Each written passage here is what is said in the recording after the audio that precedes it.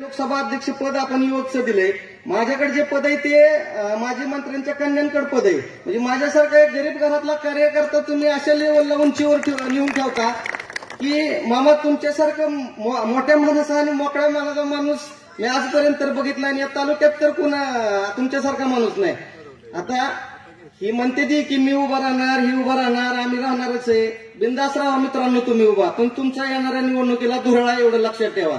मामाची सिस्टीम काय ही तुम्हाला अजून कळलेलं नाही।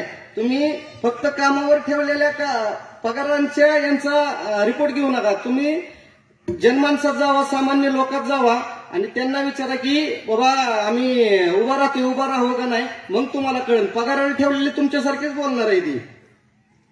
मामा मी 3 दिवसापूर्वी 18 तारखेला तुमच्याकडे आलतो आंदोलन करायला मराठा समाजासाठी। मी एक काम करतो मराठा समाजासाठी, पण तुमच्या दारासमोर आलो मामा, तुम्ही विनम्रतेने आम्हाला बोलला, आम्हाला चहा पाणी केलं, सगळं झालं। दुसऱ्या दिवशी आम्ही आमच्या माझ्या नेत्याच्या घरी गेलो, नेत्यानं स्वागत केलं, पण पोरगं गेलं की मला दमच द्यायला लागलं।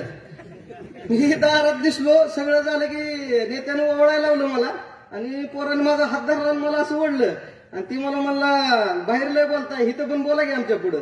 त्यांना मी तिथंच म्हणलं ऑन कॅमेरा मध्ये, मी तिथंच म्हणलं मी काय देत नाही कुणाला, मी कुठेही बोलायला। आणि तुम्ही जरी तिकडचं पाटील असलं तर मी गावांचाच पाटील आहे म्हणलं। आपल्याला काय इथं गावगाव पाटलंय ती म्हणलं, तुम्ही काय कसं भ्रमात राहू नका। मामा तुमच्या कामाचा अंदाज मी ज्यावेळेस प्रवेश केला त्यानंतर मला पहिल्यांदा आला की आम्ही प्रवेश करताच मामा आमच्या 40 वर्षातला मुस्लिम समाजाचा एक